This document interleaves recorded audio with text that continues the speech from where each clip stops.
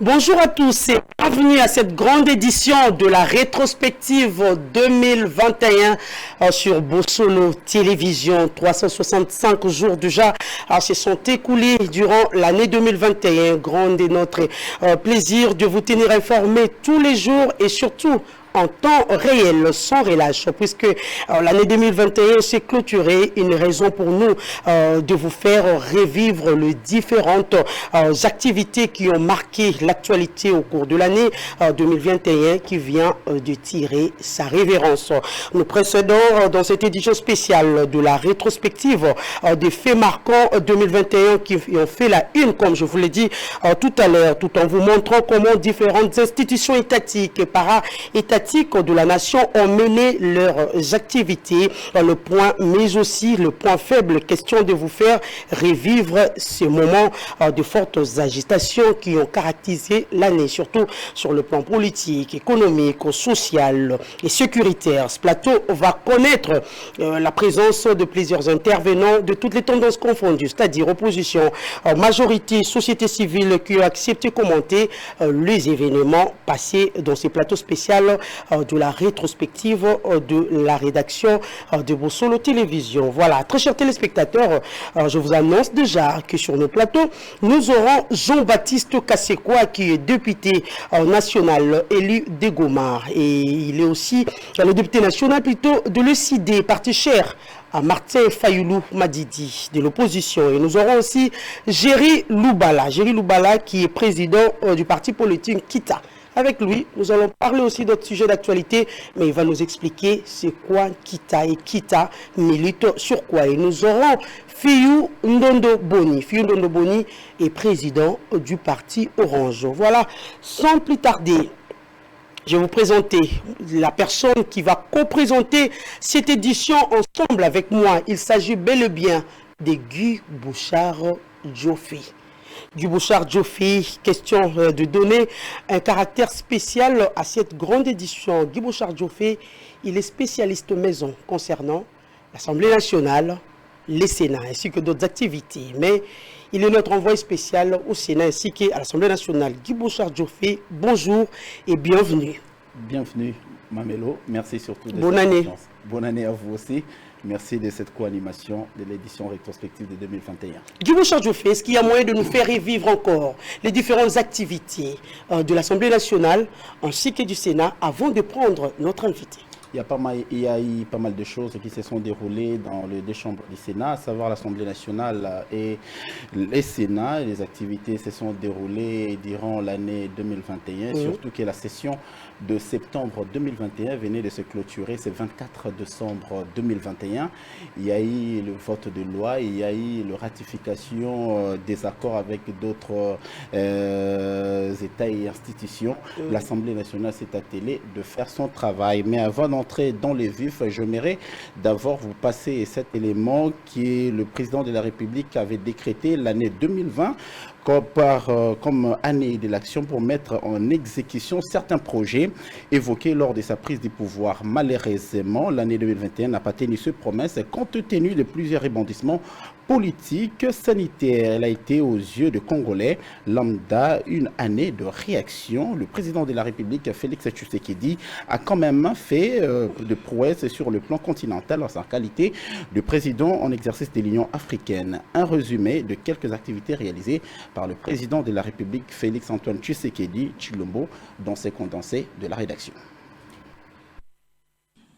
Monsieur le Président, Mesdames et Messieurs les chefs de délégation, en République démocratique du Congo comme partout ailleurs au monde, sans la sécurité et la paix durable, rien ne peut se construire.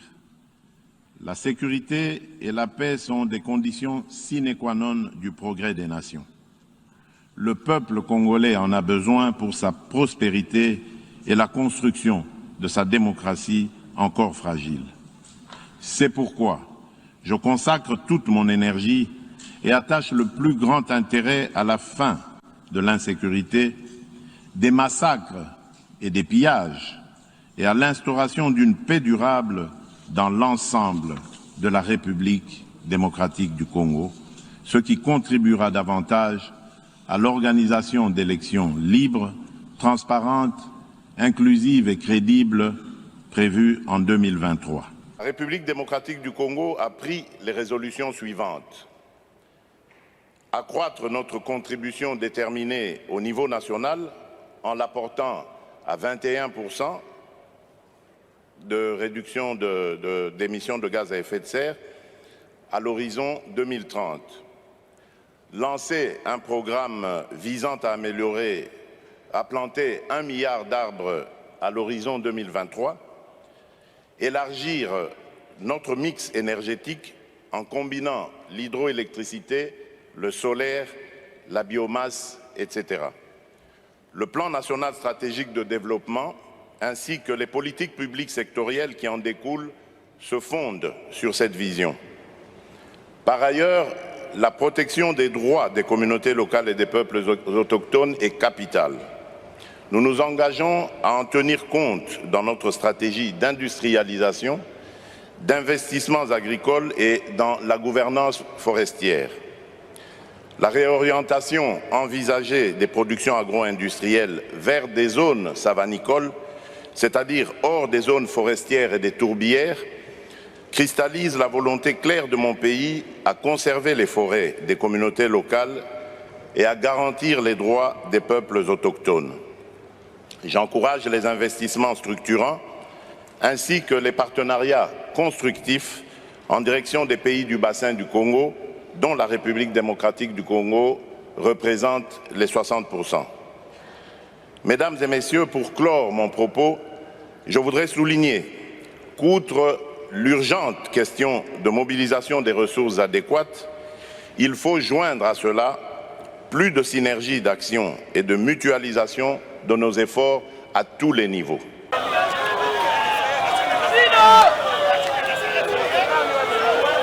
Accueilli avec pompe par les militantes et militants de sa famille politique, Félix Tshisekedi est arrivé à Kinshasa autour de 15h, heure de Kinshasa. Tous les dignitaires, autorités politico-administratives ont fait le déplacement de l'aéroport international d'Ndjili pour accueillir leurs leaders politiques. Les partis politiques membres de l'Union sacrée, ensemble avec leurs militants, s'étaient mobilisés comme un seul homme pour réserver un accueil chaleureux aux leaders incontestables de l'Union sacrée. Du tarmac jusqu'à l'entrée de l'aéroport, ce sont des foules immenses qui jonchent le passage du président de la République. Déjà à bord de son véhicule, Félix Tshisekedi a été contraint de redescendre pour s'offrir un bain de foule de la population qui l'attendait à l'entrée principale de l'aéroport international d'Ndjili, côté salon présidentiel. Aux côtés de la première dame, Denise Nyakero Tshisekedi, le président de la République a fait une marche à pied de quelques mètres avant de reprendre place à bord de son véhicule et continuer son parcours jusqu'à sa résidence à la cité d'Eluya. Le chef de l'État vient d'un long voyage durant lequel il a pris part au sommet G20 à Rome en Italie, à la COP26 sur la lutte contre le réchauffement climatique dont la RDC est un pays solution. Avant ces deux grandes assises, le président Tshisekedi a été en Israël où il a rencontré son homologue israélien Isaac Herzog avec qui ils ont discuté du partenariat RDC-Israël. Il a également capitalisé sa visite en Israël pour signer un accord sur la livraison d'un arsenal d'armement militaire au profit des FARDC. Ça vous fait quoi de vous retrouver à l'édition rétrospective de Bossolo Télévision?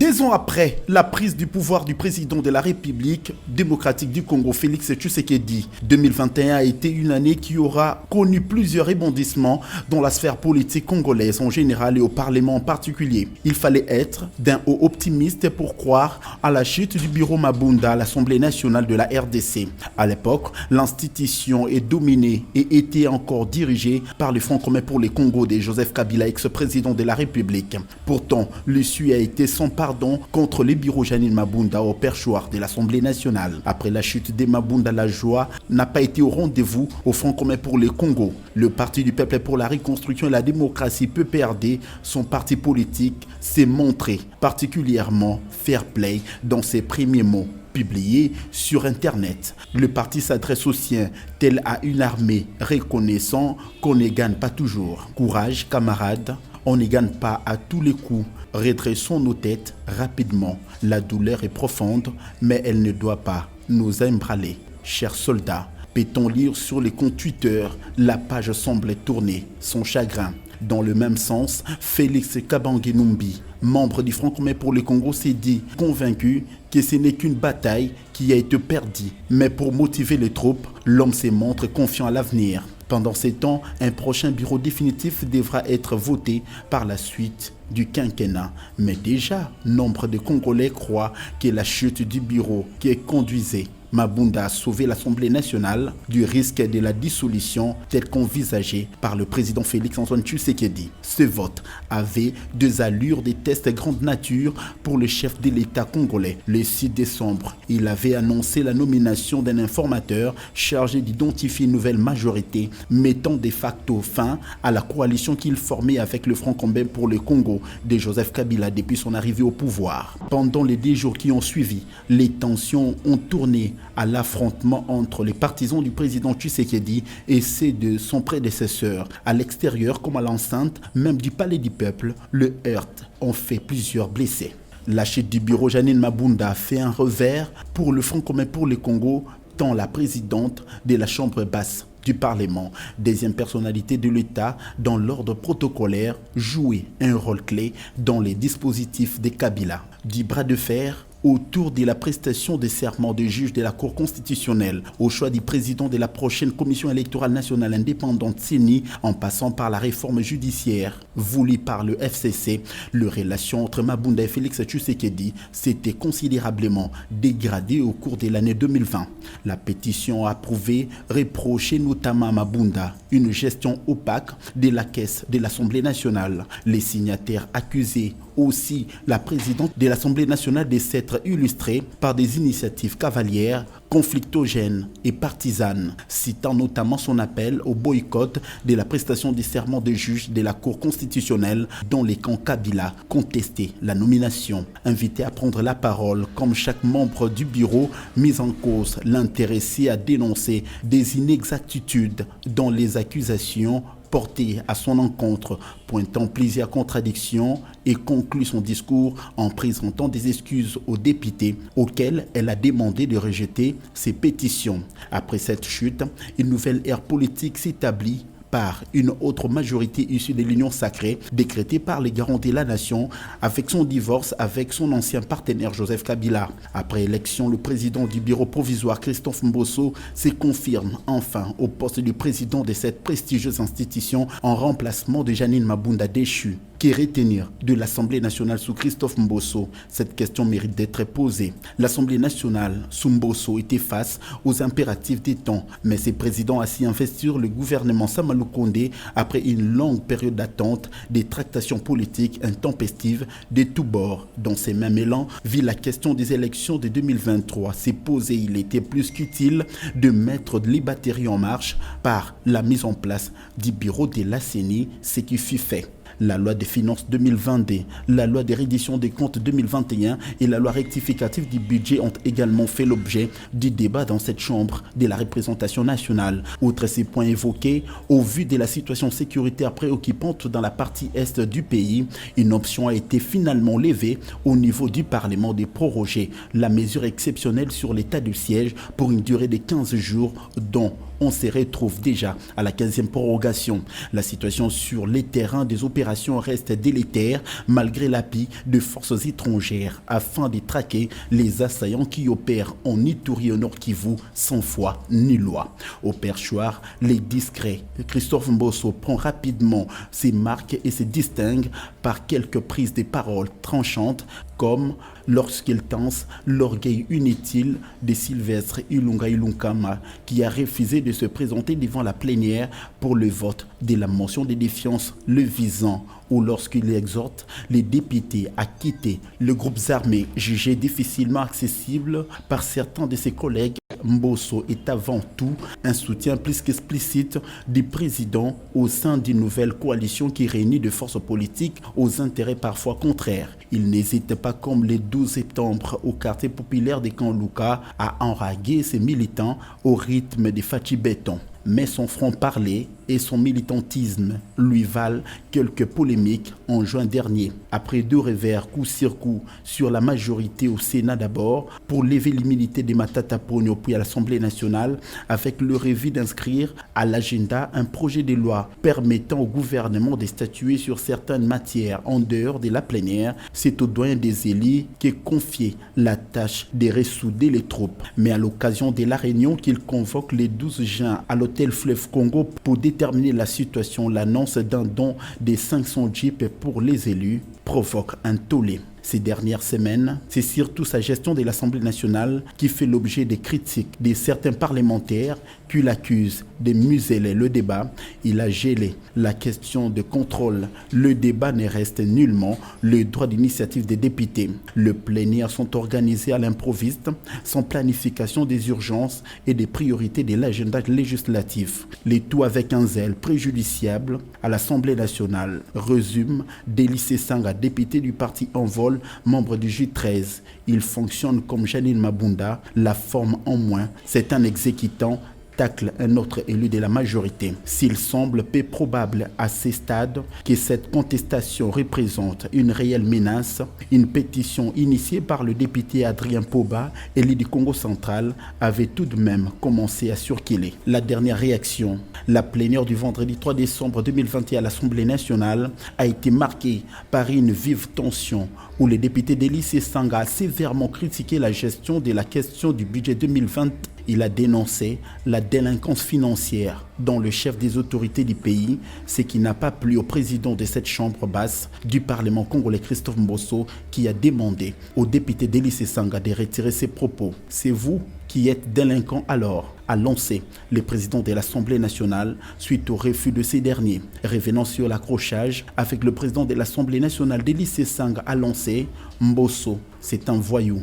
En 2021, également, plusieurs propositions de loi ont été déposées au bureau de l'Assemblée nationale. Cependant, des avaient créé un tollé. La première, c'est la proposition de loi de Noël Tchani sur la congolité qui a été déposée le jeudi 8 juillet 2021 au bureau administratif de l'Assemblée nationale. C'est le député national Ntingi Pouloulou qui a accepté de porter cette proposition controversée ayant pour objectif de verrouiller l'accès aux fonctions clés de la République démocratique du Congo à toute personne qui n'est pas née de parents 100% congolais de père et de mère. Accompagné de son initiateur, le député de la Funa a indiqué que cette action intervient pour trancher sur les débats relatifs à la double nationalité longtemps engagée sur la place publique. Par ailleurs, Ntingi Pouloulou a renchéri qu'il s'agit là d'une matière débarrer la route aux étrangers qui prennent part au partage et dans le droit des institutions régaliennes du pays. La deuxième proposition est celle de l'honorable Mbao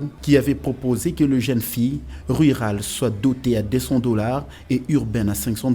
Le député national Daniel Mbao Sakissa avait déposé le mercredi 21 juillet 2021 une proposition de loi relative à la modification de la loi numéro 87-13010 du 1er août 1987 portant Code de la famille. À en croire cet élu de la circonscription électorale de Moamba, la réforme proposée repose essentiellement sur les travaux préparatoires du Code de la famille de 1987 et de 2016, ainsi que les riches et abondants travaux de la Commission réforme des droits des Congolais. Daniel Baousakissa précise que le trait marquant de ces textes est dans toutes les réformes de la socialisation du Code de la famille qui devient désormais un texte d'imprégnation sociale et de sécurité collective. L'Assemblée nationale clôture l'année 2021 par une note positive selon l'avis de Christophe Mbosso, président de cette institution, pour avoir doté les pays des instruments législatifs lui permettant de se mettre en accord avec les temps ainsi que faciliter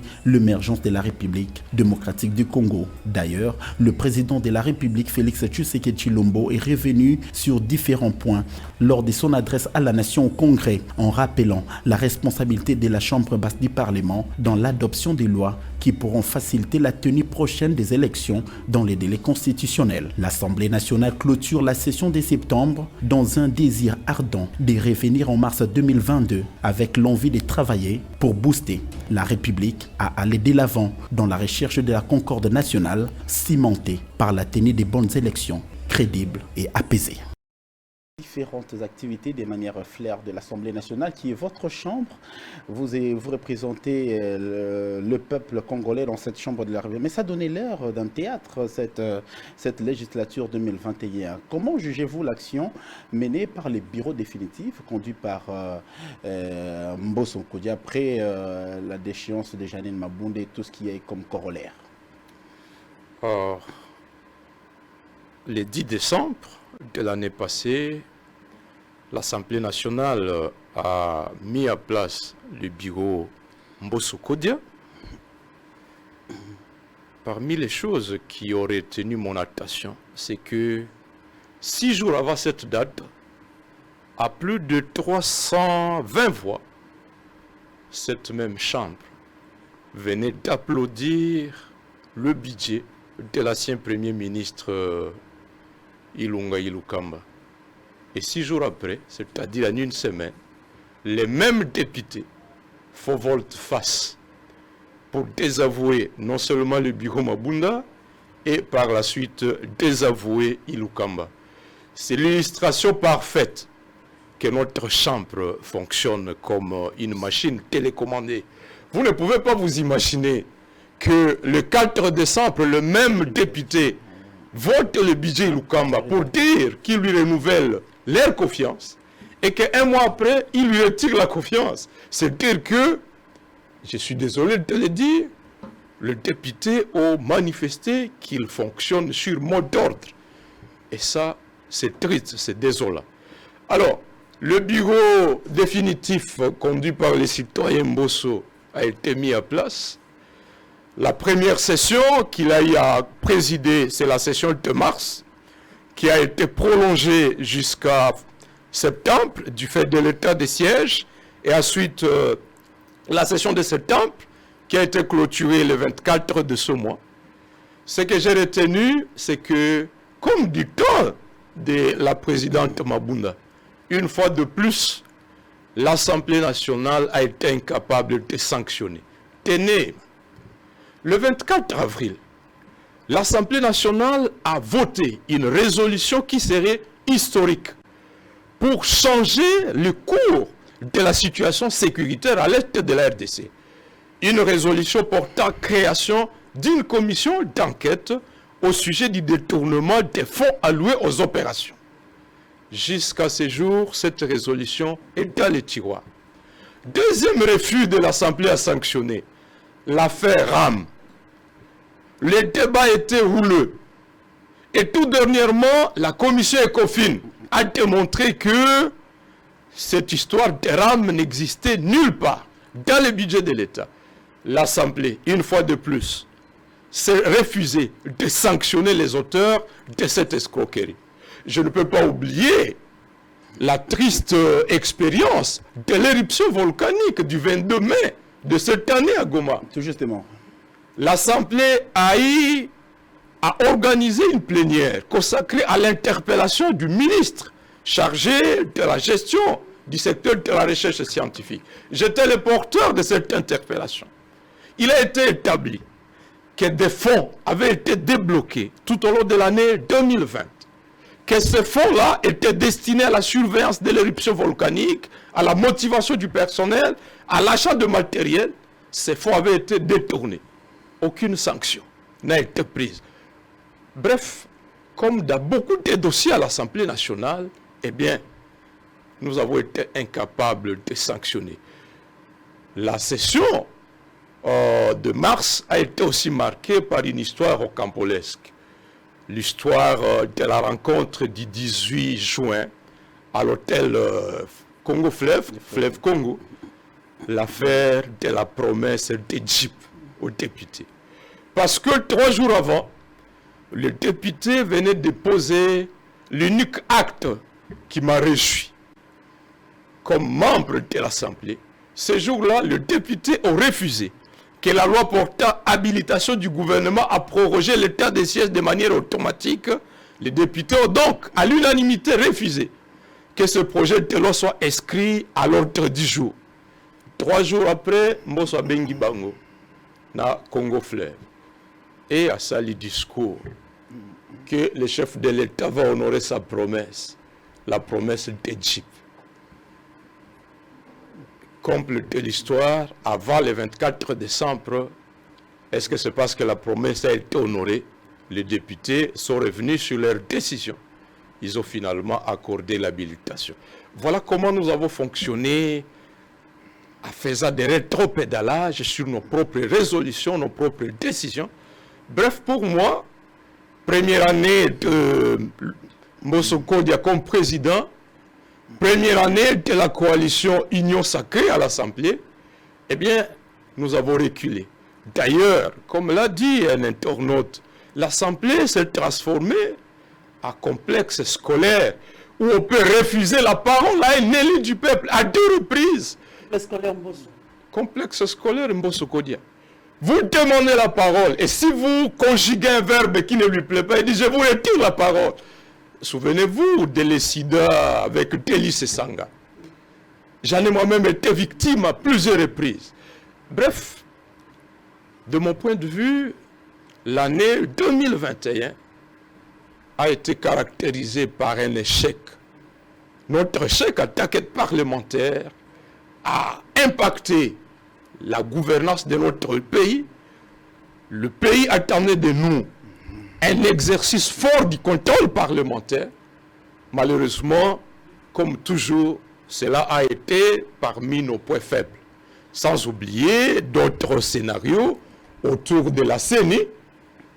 On a boutiqué des choses, la fameuse commission paritaire, où des collègues députés suivent par la télé qu'ils ont été membres de cette commission, alors que tout au long des assises de cette fameuse commission, ils n'étaient informés de rien et on a entériné frauduleusement, n'est-ce pas, des membres de la CENI, parmi lesquels certains élus, un des élus de mon parti, les CID, alors que le parti n'avait donné mandat à personne.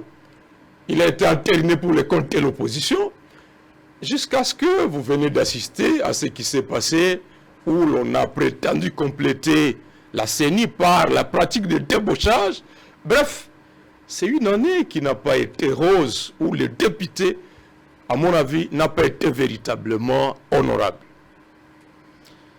Alors, honorable, on vous a en maintes fois arraché la parole parce que vous avez évité d'être traité de voyou.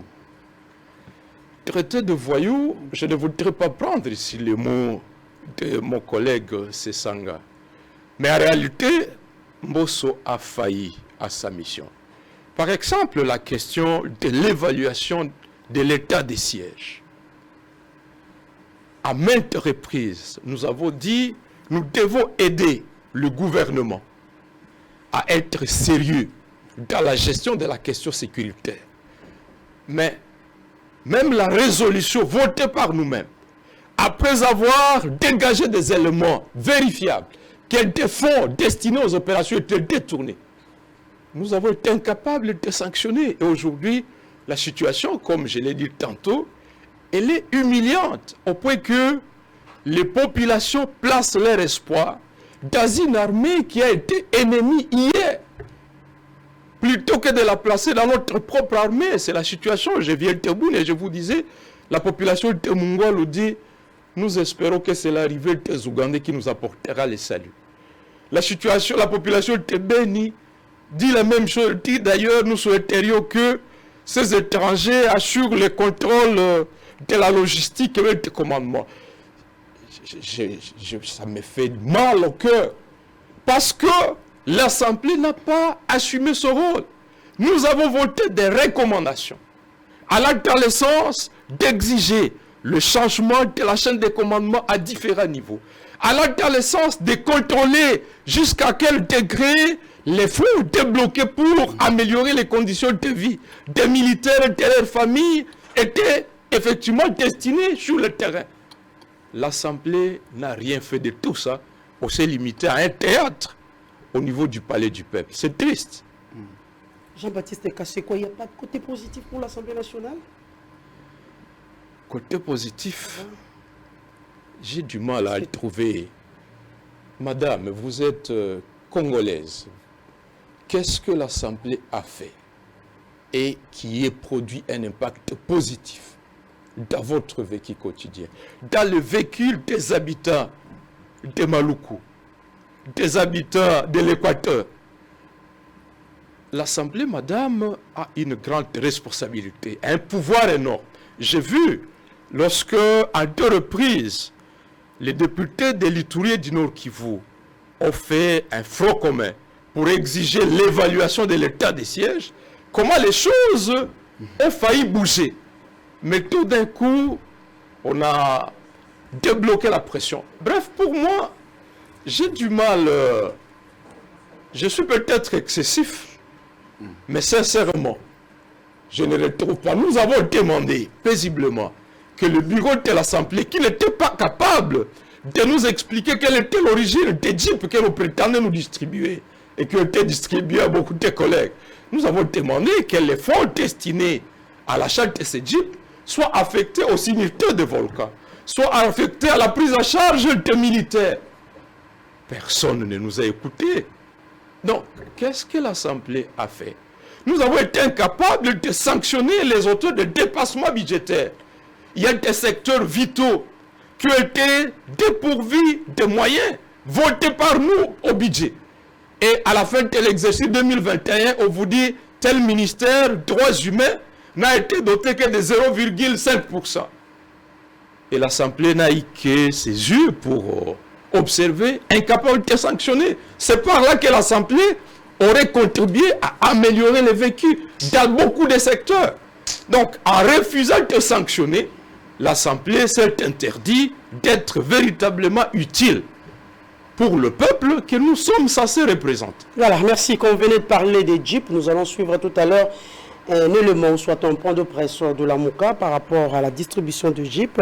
Mais avant tout, je vous présente les condensés de l'opposition politique. La sphère politique congolaise, à 2 ans de la tenue des élections générales, a donné naissance à 2 types d'opposition républicaine radicale qui poursuivent le même objectif, celui du respect de règles qui régissent un État réellement démocratique. La frange Fayoulou pour le compte de la MOCA et de Chadari du Front commun pour le Congo se sont montrés très rigides face à la gestion ambiguë du pouvoir de l'actuel régime aux affaires, revivant quelques événements qui ont marqué l'actualité du côté de l'opposition politique à l'approche des élections 2023 durant l'année 2021. Les condensés. Bien que la marche pacifique de la coalition Lamuka ait été interdite par l'autorité urbaine, le samedi 24 avril 2021, Adolphe Mouzitou, le coordonnateur actuel de Lamuka, ainsi que Martin Fayoulou et quelques cadres militants de cette méga plateforme ont bravé la peur pour manifester leur solidarité envers la population de l'Est de la République démocratique du Congo. Cette marche a précisément débuté au quartier 3 dans la commune de Massina. Arrivé à la place Pascal, les manifestants ont été butés par un dispositif impressionnant des éléments de la police nationale congolaise. Afin de disperser ces manifestants, la police a usé des gaz lacrymogènes et des tirs de sommation. Ensuite, les porte-étendards de la MOCA et quelques cadres de l'ECD dont l'honorable Ados Ndombasi ont été escortés par les éléments de la police jusqu'à la résidence de Martin Fayoulou à Faden House. Batina bango na Butembo. Batina bango na Ituri. Donc musana na bango eza ya kobotola ka ba telefone na Kinshasa.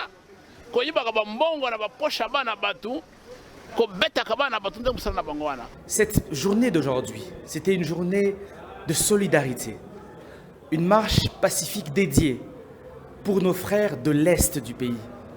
Nous avons informé les autorités, comme la Constitution nous le demande, mais malheureusement, la police est venue, une police Koulouna, tabasser les gens, tirer à balles réelles, voler des téléphones.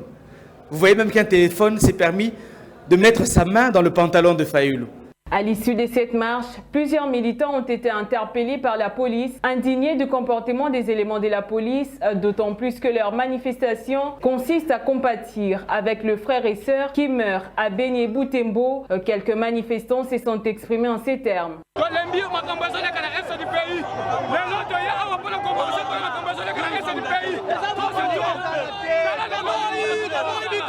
Toko tambola maboko na maboko pamba toko yemba pana kosunga bandeko na biso na est mais botala ndenge bakangi bakongolais. Ngobila et les autres sont complices de tout ce qui se passe au pays.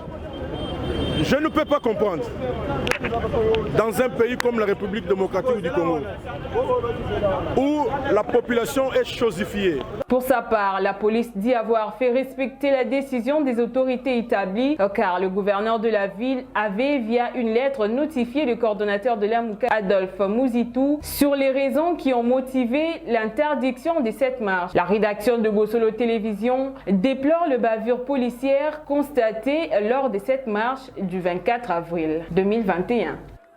Après la marche organisée par le Présidium de la Mouka, ce samedi 24 avril à Kinshasa, le siège de l'ECD de Martin Fayoulou, situé au numéro 3 de l'avenue Boulevard Triomphal, dans la commune de Kasavubu, a été saccagé et quelques militants de ce parti politique ont été tabassés gravement et plusieurs biens ont été également portés par les éléments de la police nationale congolaise après leur incursion dans ces sièges pour réprimer et disperser ces manifestants. À cet effet, les députés nationaux Ados Ndomba, cadre de ces partis politiques, déplore que les éléments de la police qui ont comme mission régalienne de protéger la population et leurs biens puissent mal se comporter.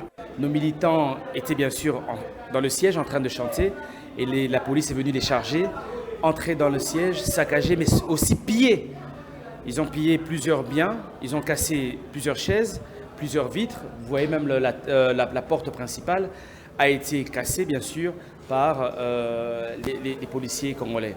Donc nous venons d'inviter la police de venir faire un constat. Nous avons invité le général Kassongo à venir faire un constat. Il vient d'envoyer une équipe d'inspecteurs. Il y a des dizaines de personnes qui ont été sérieusement tabassées par la police ici dans le siège. Je ne dis pas que c'était à l'extérieur.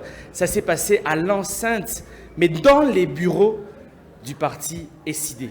C'est vraiment triste quand on dit surtout qu'on est dans un état de droit. Quelques militants trouvés dans l'enceinte du parti expliquent le fait. Donc la police est coachée entre les bêta, les kanga, les na photo, il faut pas yango tout ça na koyiba, ba ordinateur na biso na bureau awa, ba boto ba yiba ba ordinateur, gaz au kota, ba bit ba gaz awa do comme il a civil monté monsieur Zati. Crédit. Le 15 septembre que la coalition La Mouka avec ses militants avait projeté une marche pour dire non à la dépolitisation de la CENI, au glissement et exiger les réformes électorales en République démocratique du Congo. La marche a débuté plus tôt que prévu. Il est 8h15 lorsque le cortège escortant le président de l'ECD, Martin Fayoulou, et celui de Nouvel Élan, Adolphe Muzitu, arrive devant le siège des Nouvel Élan de Tchango. 30 minutes plus tard, c'est la police qui surgit sur les lieux de la marche et tente pour la première fois de disperser les manifestants au niveau de quartier 3. Entre-temps, Martin Fayoulou et Adolphe Muzitu discutent de l'itinéraire à prendre. Les éléments de la police, de leur côté, se déploient en masse pour contraindre le militant de la Mouka à cet endroit. Quelques coups de gaz lacrymogènes ont été lancés pour obliger les manifestants à rebrousser leur chemin. On se met sur la route et suivre. Mais ils ont peur de quoi? Ils ont peur de quoi? Ils n'ont pas de légitimité. Et on a compris qu'ils n'ont pas de légitimité. Alors, laissez le peuple s'exprimer. La démocratie, c'est ça. Les manifestations publiques sont garanties par la Constitution congolaise. Et comment déployer cette force policière et militaire pour les détruire? Mais le peuple congolais, les populations congolaises ont besoin de ces forces manipulées. Vu cette contrainte incontournable, Martin Fayoulou et son partenaire Muzitu ont été escortés jusqu'à prendre leur véhicule et repartir. Entre-temps, ce sont des coups de gaz lacrymogènes qui retentissent dans tous les sens au quartier 3 vers l'aéroport d'Njili. Les résistants ont été interpellés et embarqués dans le jeep de la police, dont une vingtaine de personnes de tous les partis politiques confondus, selon nos sources. Quelques journalistes sont également passés à tabac sans aucun respect des forces de sécurité envers les hommes de la presse. Certains ont été même embarqués violemment par la police. Les autres ont été poursuivis jusque dans leur dernier retranchement. Question pour la police d'empêcher les opérateurs de prise de vie de faire les images sur la répression de cette marche. Voilà, honorable Jean-Baptiste Kassekwa, vous venez de suivre tout à l'heure ensemble avec nous les différentes activités qui ont marqué l'opposition, notamment le sit-in et différentes marches que vous avez organisées. Dites-nous un peu, est-ce que ce marche, ça a apporté des résultats escomptés? Alors peut-être d'abord il faut apporter une nuance. À l'ECD comme à la Mouka, nous ne parlons pas d'opposition. Nous parlons de la résistance. L'on ne peut justifier les statuts d'opposition que lorsqu'on a perdu les élections. Mais Fayoulou a gagné les élections à 62%. D'autre part, j'ai suivi dans l'élément, vous avez parlé de l'aile Chadari. C'est quand même rocambolesque, madame.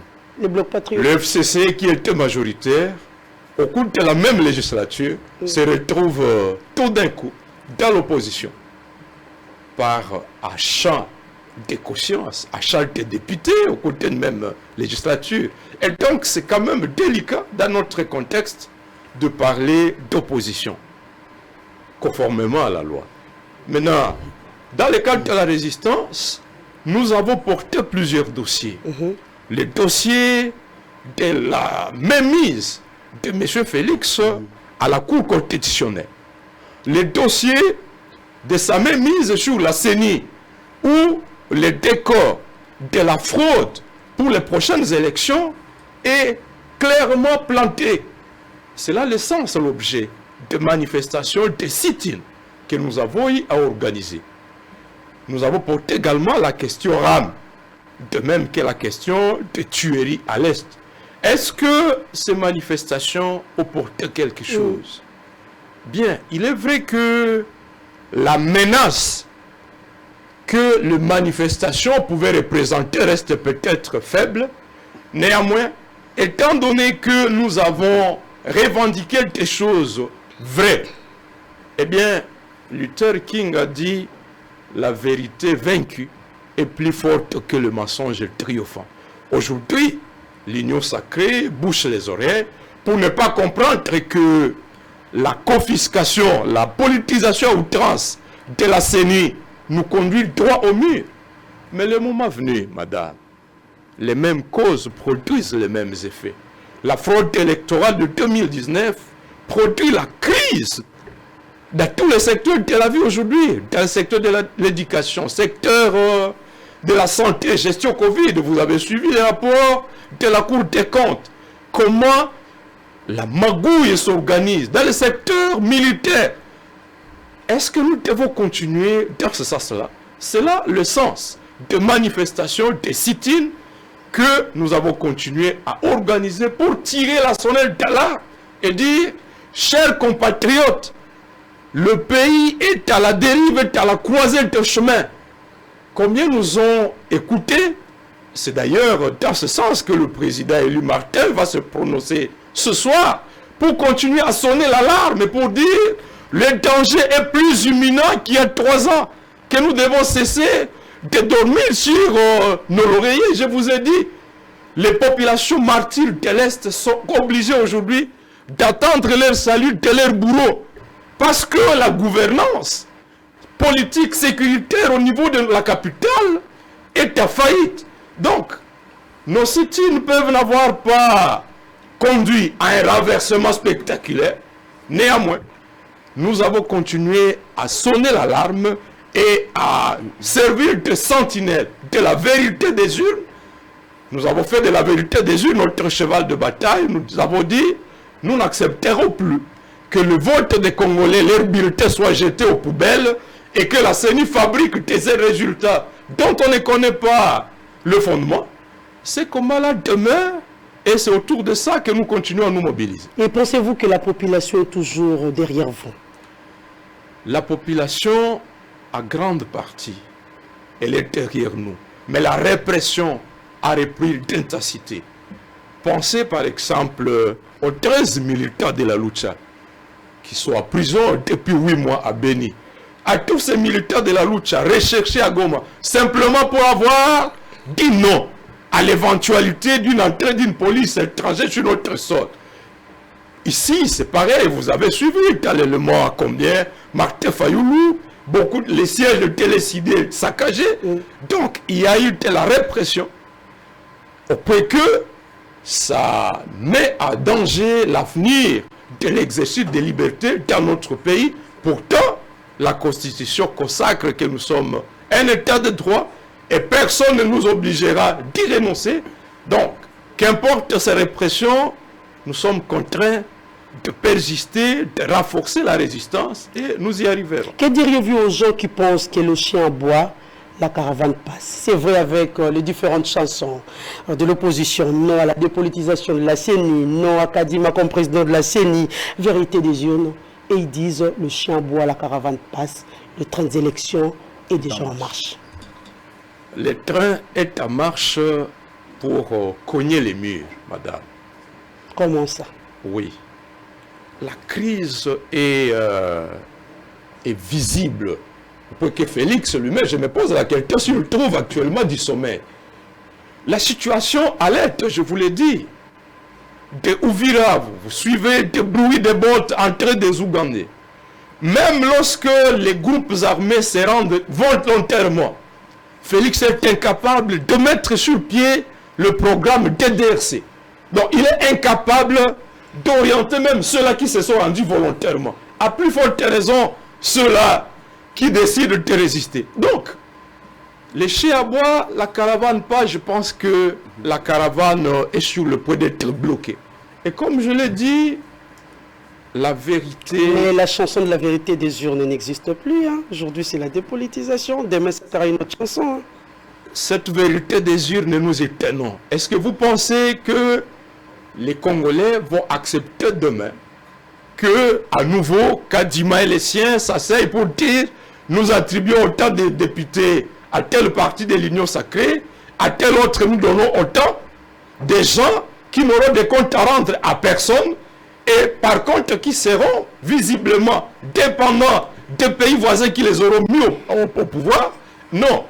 Malgré leur silence, je pense que les Congolais n'ont pas abdiqué pour donner un faveur à un groupe d'individus de faire de ce pays ce qu'il veut. Rappelez-vous ce que Femosengo disait.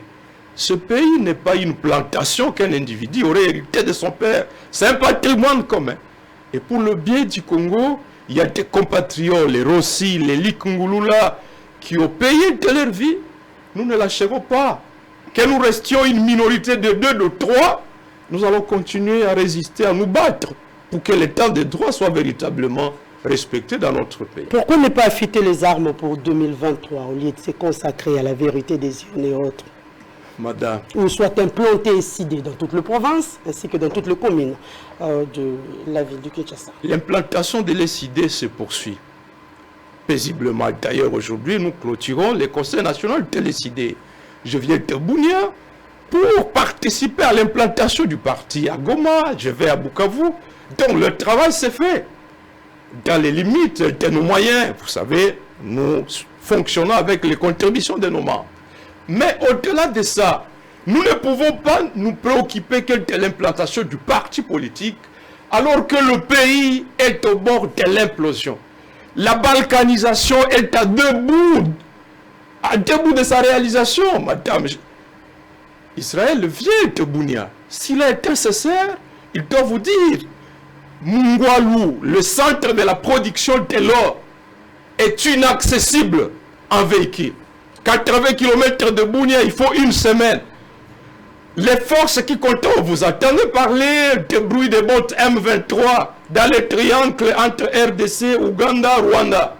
Ils sont entrés par Buhumba, Nyiragongo, au-dessus de Goma. On ne sait pas qui contrôle qui. Dans le sud Kivu se paraît. Est-ce qu'il nous faut nous focaliser sur les activités de partis politiques alors que j'ai fait le monitoring, état de siège pour 2021. Plus de 1960 personnes tuées. Personnellement, par moment, devant ces tueries, j'ai du mal à parler parti politique. Il faut d'abord parler de la vie du Congolais. Il faut sauver des vies humaines. Voilà. Merci beaucoup, Jean-Baptiste Kassekwa. C'est moi qui vous remercie. Est-ce que vous pouvez présenter les vœux à la famille et autres? Oui, je voudrais souhaiter heureuse année à mon épouse, Juline Divito, qui prend le goût de me supporter dans ma résistance, à mes enfants, mais particulièrement à tous les habitants de Goma, que j'aime, cette ville qui a résisté contre l'agression du RCD, du M23, et qui se bat aujourd'hui pour que l'état de siège ne soit pas un prétexte pour nous ravir ces libertés que nous avons acquises au prix du sang. Saluer tout le membre décidé et en particulier souhaiter victoire à un homme intègre qui s'appelle Martin Fayoulou, déterminé pour la cause du Congo. Voilà, merci beaucoup Jean-Baptiste Kassekwa. Je vous rappelle qu'il est député national élu de Goma, député national de l'ECD. Kibouchar, avez-vous ajouté? Non, merci honorable d'avoir accepté notre invitation. À nous revoir dans un prochain numéro. Merci. Et bonne année à vous. À vous autres. Merci beaucoup. Voilà, nous demandons à la technique de nous balancer cet élément de l'UDPS, alignant pour la démocratie et le progrès social. Quelques événements ont marqué l'année 2021 qui s'achève en douceur. La secrétaire générale du parti au pouvoir a tenu plusieurs matinées politiques en 2021. Augustin Kabouya n'a cessé de fustiger les différentes positions de Préla catholique et surtout la menace de Moïse Katumbi de quitter l'Union sacrée. Il a en outre dénoncé l'affaire carte visa, en tant d'autres sujets phares qui ont défrayé la chronique en République démocratique du Congo. Toujours en marge des activités au sein de ces partis politiques, Jean-Marc Kabondo a célébré la 3e année de la journée de la base. Grâce Keniro pour les condenser. Au cours d'une matinée politique face aux combattants réunis ce mardi, le secrétaire général de l'UDPS est revenu sur plusieurs questions d'actualité politique de l'heure, notamment la position de l'Église catholique sur la politique. À cette occasion, Augustin Kabouya n'a pas mis sa langue dans la poche pour demander au cardinal Fridolin Ambongo et à l'abbé Donatien Cholet de s'identifier au ministère de l'Intérieur pour leur permettre de faire la politique. Augustin Kabouya est d'avis que le cardinal Fridolin Ambongo roulerait pour Moïse Katumbi. Cette matinée politique intervient après les discours musclés du cardinal Fridolin Ambongo lors des obsèques du cardinal Laurent Mosengo Passigna et la déclaration des confessions religieuses sur les élections de 2023. Au cours d'une matinée polique tenue ce mardi 3 août 2021 par le secrétaire général de l'Union pour la démocratie et le progrès social à la permanence du parti, Augustin Kabouya, a éclairé l'opinion sur les accusations faites contre le militant de l'UDPS qui aurait saccagé les objets et les lieux liturgiques catholiques.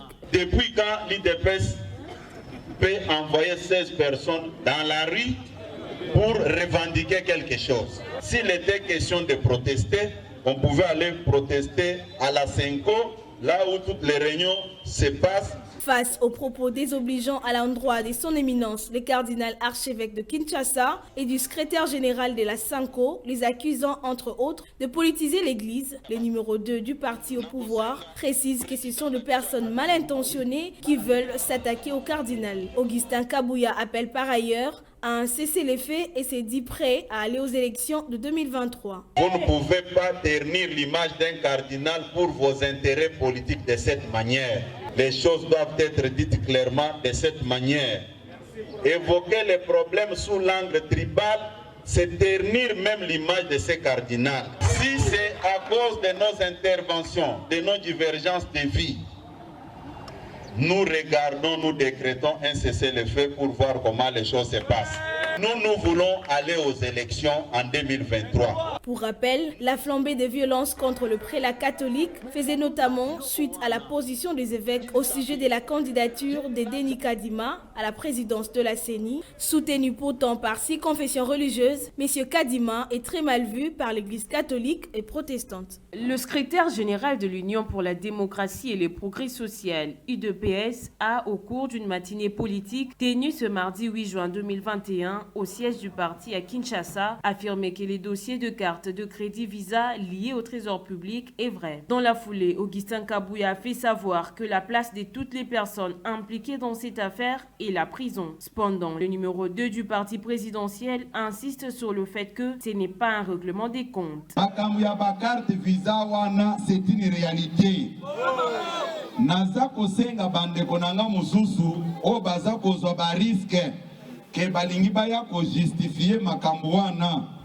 Oh non, batangi kombo ya songolo pakala pamba teme. Soki azana ye innocent.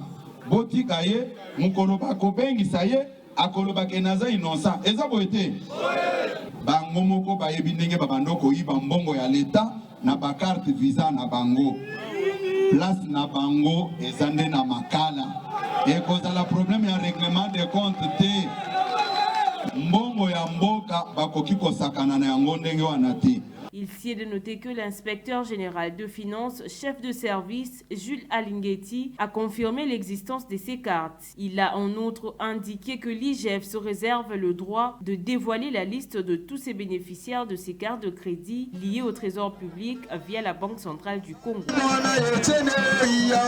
C'est dans une ambiance agrémentée par la musique au siège du parti que le secrétaire général de l'Union pour la démocratie et le progrès social, Augustin Kabouya, a fixé l'opinion sur les questions brûlantes d'actualité et a fait un état général du parti. Concernant la création du Front patriotique entre la Mouka, le FCC et Ensemble de Moïse Katumbi, Augustin Kabouya pense que c'est tout simplement le retour de l'enfant prodigue. Coalition balobieuse, mais c'est une coalition contre nature.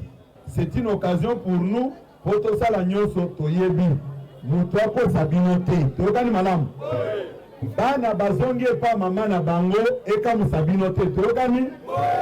Le numéro 2 du parti présidentiel poursuit que personne ne peut faire peur à l'UDPS, car après leur manifestation du 6 novembre, l'Union sacrée ne tardera pas à réagir. Va promettre biso apocalypse le 6 novembre. Ezakoete. Nakoye bisabinobo. Mutoko bangisa moninga. Mutoko bangisa moninga azate. Toyebi niveau ya réaction na bango.